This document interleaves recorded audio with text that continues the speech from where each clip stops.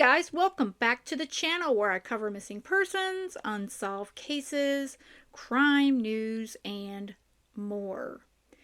You have probably heard about the Anna Kepner case, and I've been following it.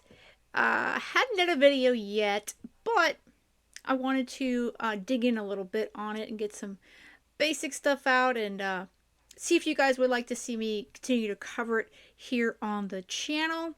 Real quick before we jump in, if you would hit that thumbs up button for me, and if you have not subscribed to the channel, I would really appreciate that. I'm trying to hit 10,000 subscribers by the end of the year, and your subscription there would help, and it's all free.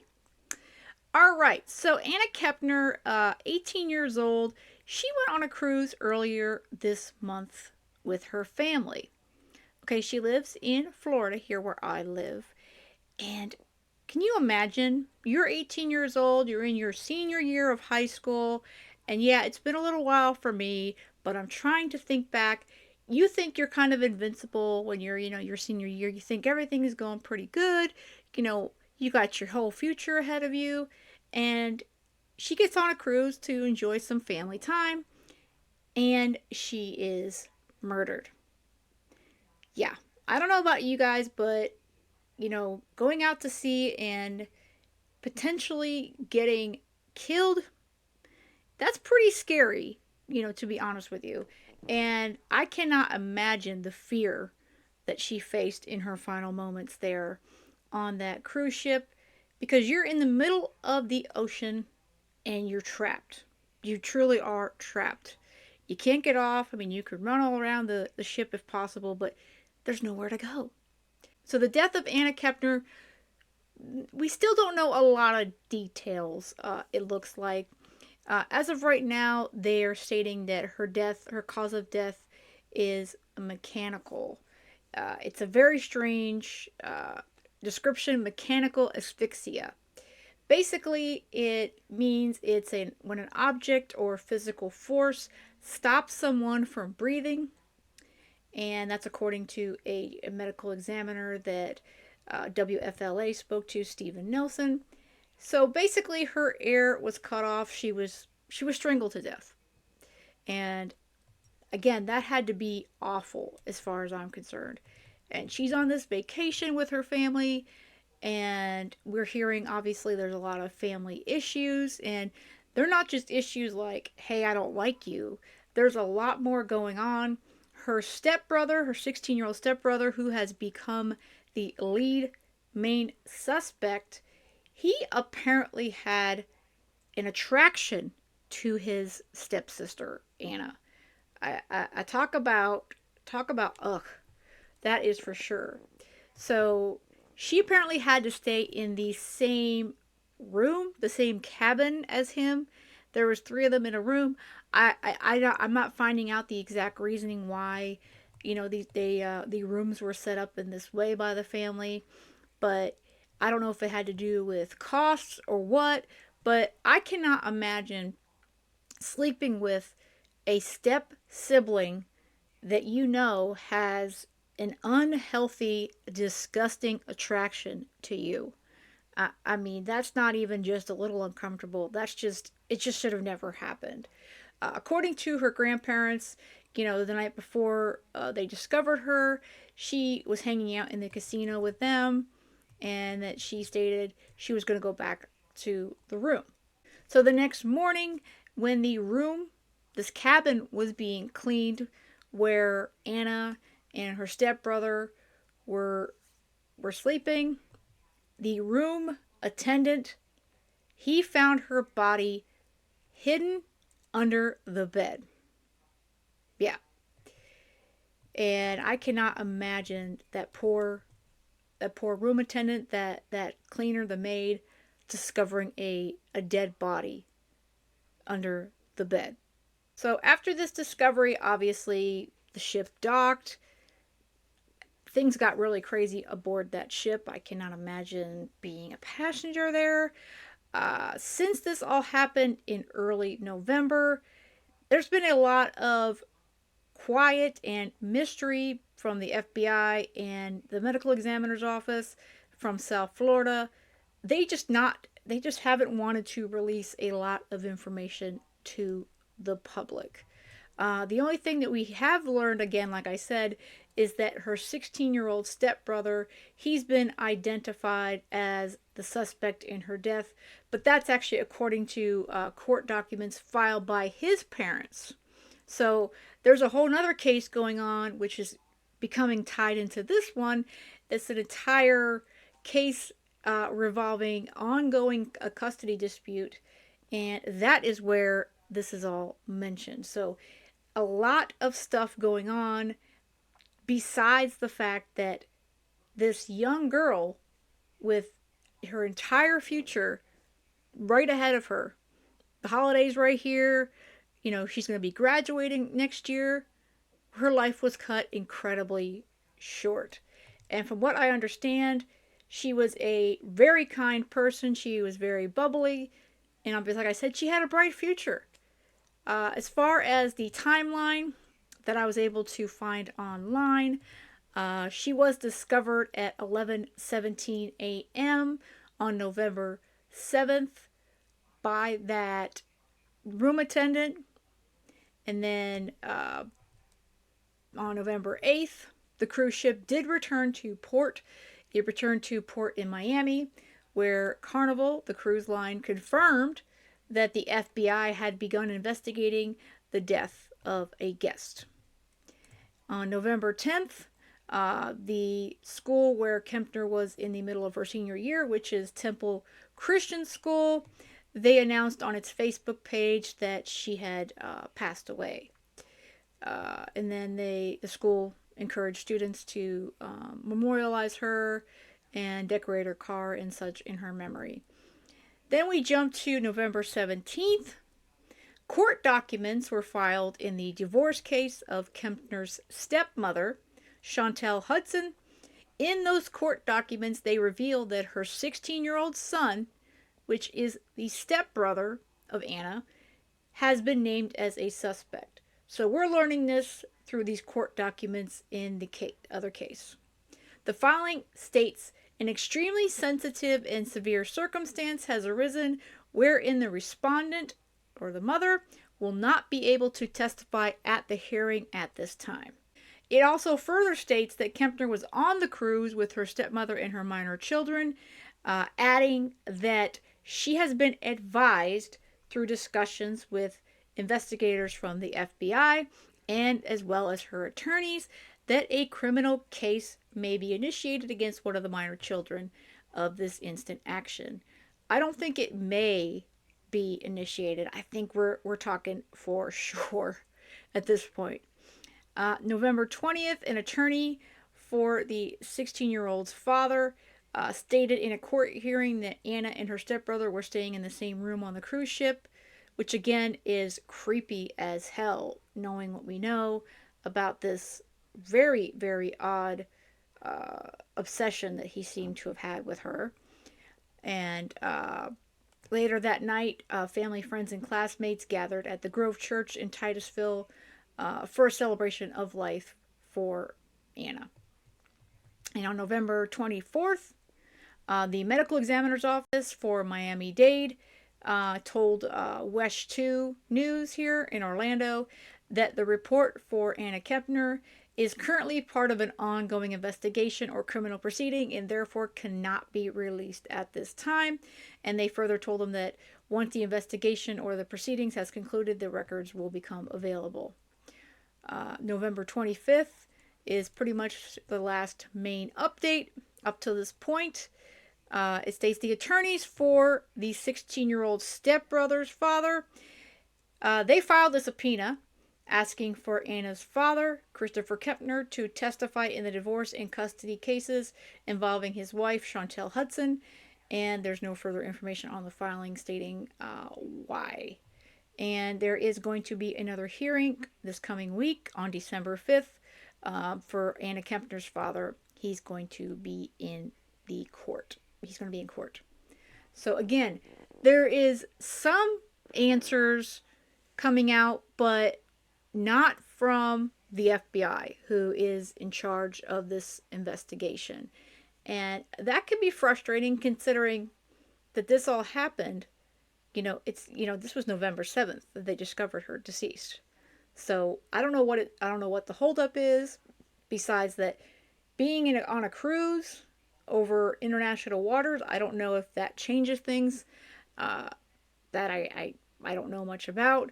But either way, when they're stating that the 16-year-old may be charged, I don't think there's a maybe in that. I think he's going to be charged. It seems to me he is the suspect, and he is the one responsible for the death of Anna. And here's WESH 2 News here in Orlando with some further information on the case. Returning now to the words we haven't seen yet surrounding the death of 18-year-old Anna Kepner of Brevard County. The words are not contained in a document related to law enforcement. Suspected murder appears in a motion for a gag order. Those are the two words. West News' Gail Pascal Brown live in studio to explain. Gail. Yeah, this non-dissemination motion filed by Anna Kepner's stepmother is asking a judge to restrict individuals from publicly discussing the case or sharing any information about it. We also spoke with Anna's biological mother tonight. 18-year-old Anna Kepner was found dead on a Carnival cruise ship on November 7th. The medical examiner nor the FBI has not yet released her cause of death or how she died. But a new court document West 2 News obtained Friday, filed under the Family Law Division, has the word suspected murder in it. The document, filed in a separate and unrelated case Thursday by the attorney for Anna's stepmother, has to do with a custody battle. Part of it says, an extremely sensitive and severe circumstance has arisen wherein there is an investigation being conducted by the Federal Bureau of Investigations arising out of the suspected murder of the respondent mother's stepdaughter. Yeah, that is very telling, and kudos to WESH for grabbing this off the family court case, as far as that's concerned. And then they mentioned a gag order. Well, we've seen them happen in other cases. It is possible this will have a gag order. It's possible, but I don't know. What do you guys think? Do you think they should put a gag order on this? This is the same case in which other documents stated Anna's 16-year-old stepbrother was considered a suspect in her death. We spoke with Anna Kepner's biological mother on the telephone to get her reaction. It's not a suspected murder. Like, it's been proven. She is gone. She died. And now we don't have the FBI's actual, or the coroner's actual cause of death. What do you make of all this? I'm still trying to wrap my head around it. I have no idea. I keep thinking it's just a nightmare and I'm going to wake up. This poor mother. She learned, by the way, she learned about her daughter's death from Google. Yeah. Law enforcement or the family did not tell Heather Wright that Anna had been killed or was dead. She had to learn about it on her own on the internet. I mean, talk about horrifying. I can't even imagine what my daughter was going through at that moment. The new filing, which is a non-dissemination order, references the 16-year-old by saying the minor child is currently the subject of the active FBI criminal investigation. There is good cause for the need to protect the privacy, sensitivity, and well-being of not only the minor child, but the other individual family members involved. Anna Kepner's stepmother also wants the judge to require any further filings referencing the minor child or the parties of this action to be submitted under seal, preventing public access to certain public records. The document also wants to prohibit either party from discussing, disclosing, or even posting any information concerning the family and court proceedings until the criminal investigation is over. Yeah, I don't think that's going to happen. They want a gag order on all this until the criminal investigation is over. Good luck with that. I don't think it's going to happen. The public is upset about it. Obviously, the mother, her mother Heather there, grandparents. There are lots of people upset. And a gag order, well, I guess they could put one in place, but do we think it's going to do any good? I don't know. That's a good question. The ex boyfriend of Anna, he spoke with Inside Edition recently about Anna and the stepbrother. Was 18-year-old cheerleader Anna Kepner strangled to death aboard the cruise ship. ABC News reports that Anna died from asphyxiation. She was strangled with a bar hold using an arm across her neck. She was not sexually assaulted, and there were no signs of drugs or alcohol. He would bring you home. Hours before she was found dead on the cruise ship, the sound of a violent confrontation reportedly could be heard inside her stateroom. We're told Anna's 14-year-old brother Connor says he tried to get into the stateroom that he, Anna, and their 16-year-old stepbrother were sharing, but that it was locked. Anna and the stepbrother were still inside, and Connor reportedly says he could hear disturbing sounds through the door. I cannot imagine the brother, the younger brother, he heard all this commotion, this screaming, and he could not get into the room where he knew his older sister was with their stepbrother. And he knew something was wrong, and I'm sure he feels completely guilty about it, but he what could he have done? What could he have done? Anna's ex-boyfriend says he spoke to the cheerleader's brother about what happened that night. You heard him yelling at her, like, in a harmful way, of, like, shut the hell up and stuff like that.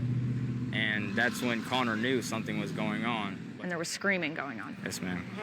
Like, something was, like, banging around and stuff, and, like, the chairs were getting thrown around in the room. Anna's ex, Joshua, too, spoke with Inside Edition following her funeral at a church outside Orlando. He says that Anna was so afraid of her stepbrother that she frequently slept over at her friends' homes. She just didn't feel safe around him. Joshua says the 16-year-old stepbrother, who is now under suspicion in Anna's death, was sexually harassing her. He says he once saw him trying to climb into bed with her. She's scared to tell anybody because she was scared that he would do something to her. The FBI is investigating Anna's death because it happened in international waters. There was a tense atmosphere at Anna's funeral last night. Anna's biological mother told Inside Edition she was banned from attending but snuck in wearing a wig. Mourners were told to dress in bright colors to reflect Anna's bubbly personality. It's been pretty hard. She was my first love. She was the greatest thing ever. I believe him. I believe the ex-boyfriend has a lot of information, and he knew, and he knew what was going on. Obviously, the brother also spoke to him. Anna's younger brother spoke to him, and mom, from what I understand, biological mom, she's had some issues, but they were trying to bar her from coming to the funeral. Yeah, when I heard that, I could not believe it. Listen, it doesn't matter if she had some issues with substance, drugs, whatever her issues are, okay? This was her daughter. She had a right to be there as long as she didn't make a scene, make any, kind of issues. She had a right to be there to say goodbye to her daughter. And the fact that other family members wanted her to bar her from that funeral, that's disgusting. It really is. I do want to bring in Mark Najim here, senior partner and founder of Najim Law and a trial attorney, to help discuss all of this a little bit further, what we know and what is still left to figure out. Mark, good morning. Thank you so much for being here with us today. Good morning. Good to see you. All right, so the first question I did want to ask you here is about the limited information that we have from the FBI. They have not said much here. A lot of the information we have is actually coming from the court documents for an unrelated custody case. Does that tell us anything about the investigation as a whole? Well, actually, it's telling us that they're doing it appropriately. When there's a pending investigation, it's almost always will the investigators not release any information. Why? They don't want to tip off anybody. They don't want any evidence destroyed or covered up or changed. So until an investigation is complete, it's protocol simply not to allow any information to come out. So they're doing the right thing because they're obviously waiting on some test results to come back. There's Okay, he's a local attorney here in Central Florida. There, I guess I can understand that to a degree. I would think that once a an affidavit for the arrest of the stepson, that we believe anyway that that's going to happen, I believe once that happens, I'm going to think that we're going to have a lot more information as far as, what else has been going on in this investigation and why it's been so quiet. Because really, to all of us, it seems pretty open and shut, right? Of course, no case is ever truly open and shut. still conducting some measure of investigation. From all that we know, it sounds like there's going to be a decision or an arrest made relatively soon. But right now, they're following protocol. I want to ask you kind of your take here as a legal expert there. What kind of information of what we do know has stood out to you so far? Well, the videos are going to suggest who came in and out of that room. And from all that we understand right now, and it's always dangerous to speculate, but from what we understand, there was only one person, and that was her stepbrother, who came in and came out. So therefore, it puts the two of them there. The bigger issue is going to be whether this was an intentional act or an accidental act. The report that came in from the medical examiner said that this was mechanical asphyxiation. Now, that can be anything. I looked at some other reports, and there's rumors flying. We don't know what that means at this point. It could be a compression on the chest where someone was sitting on a chest. It could be strangulation. It could be suffocation with a hand over the mouth and the nose. So mechanical asphyxiation could be one of many things. I think they're waiting on the test results to come back. The DNA in this case is not going to be particularly helpful unless there were some type of offensive or defensive wounds that maybe where there were skin particles underneath a nail or something along those lines. Yeah, I think that he probably put his hand over her mouth or some way to silence her. I would think, considering that she was yelling, screaming, he probably held her down. But when I read mechanical, even though I do realize it doesn't necessarily mean an object was used, it could be the object could be his arm. But I kind of wondered if he used, an object like a bedpost or, some other object that's in the room, as far as any kind of a bar is concerned. But it could have just been as simple as he used his own arm and his body weight to strangle her. But typical things such as hair and skin scrapings, you're going to have that. The two of them shared a cabin. So you're going to have those natural DNA that are going to be there, which are going to be less helpful in a situation like this. The key is going to be what happened and why did it happen, and then having an airtight case against the suspect.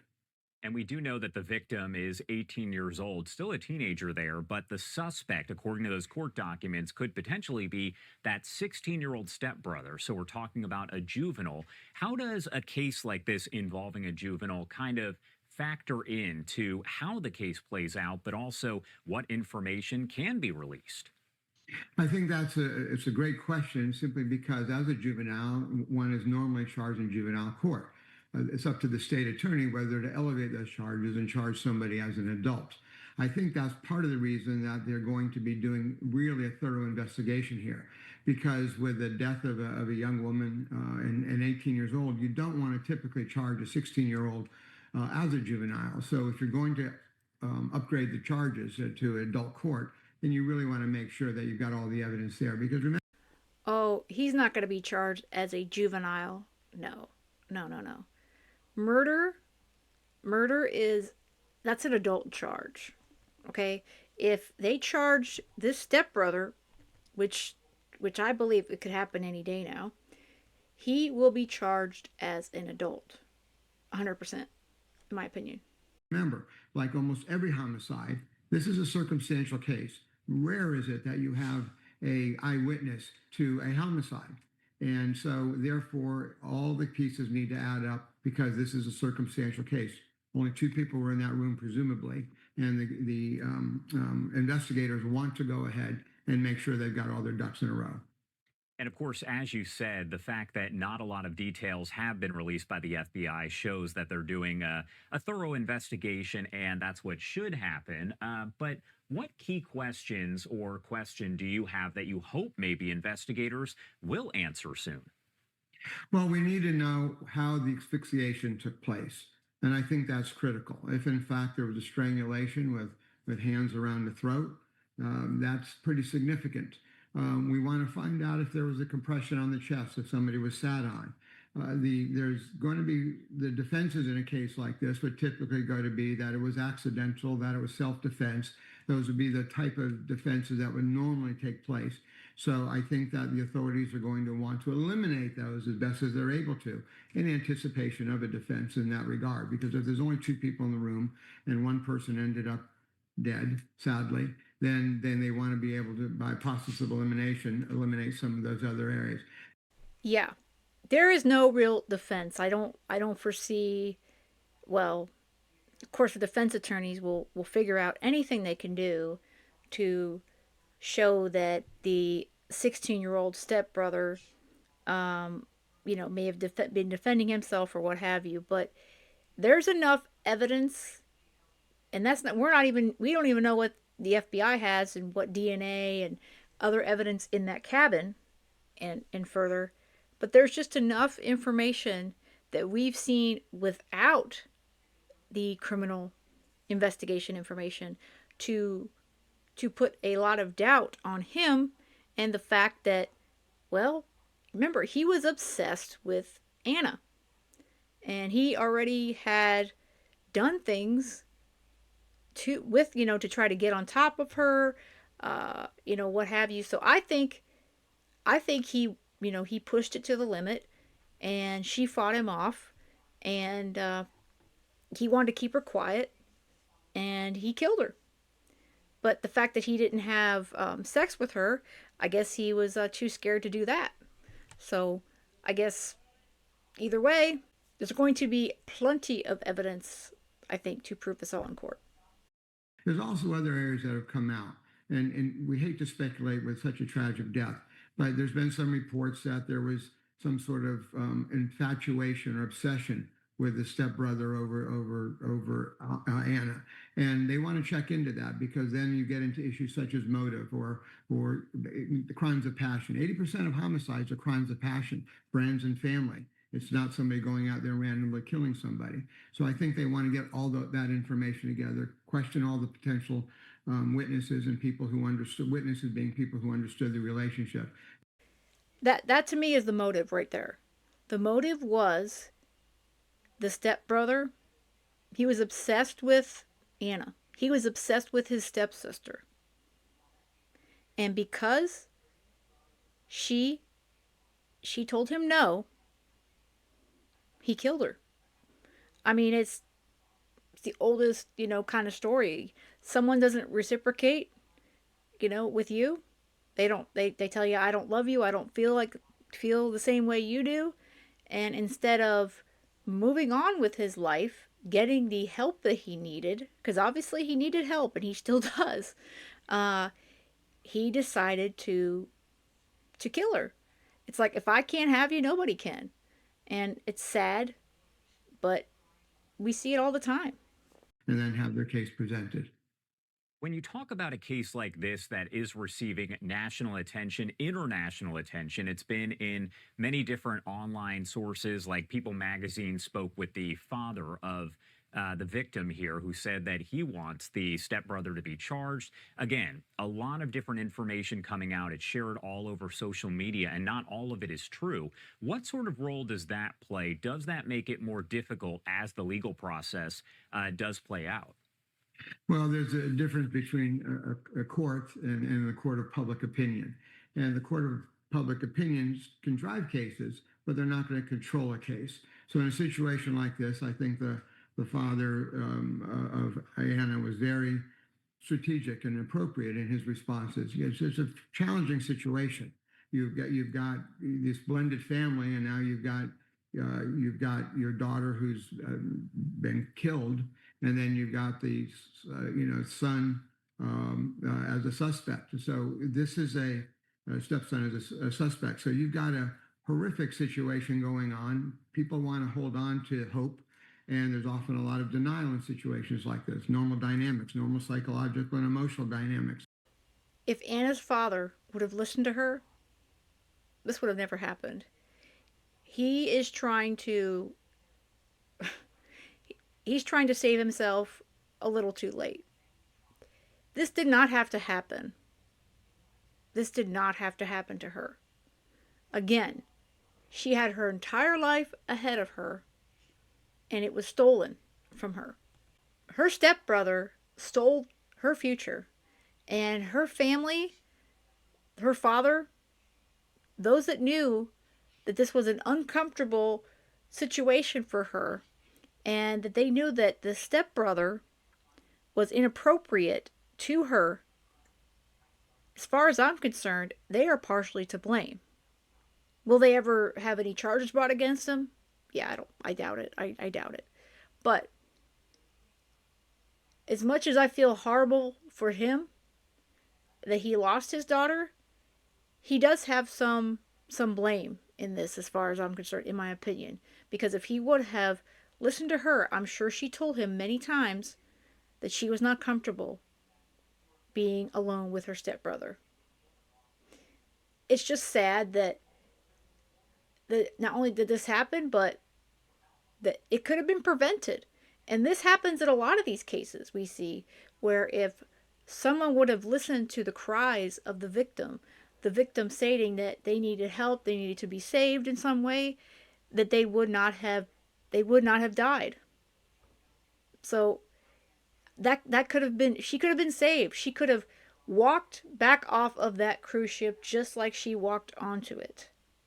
But that didn't happen because her family, well, they didn't listen to her. So let me know if you guys want me to continue to cover this case. And it is a crazy one, but then again, a lot of them are. With that said, I hope you have a great rest of the day. And most of all, stay safe.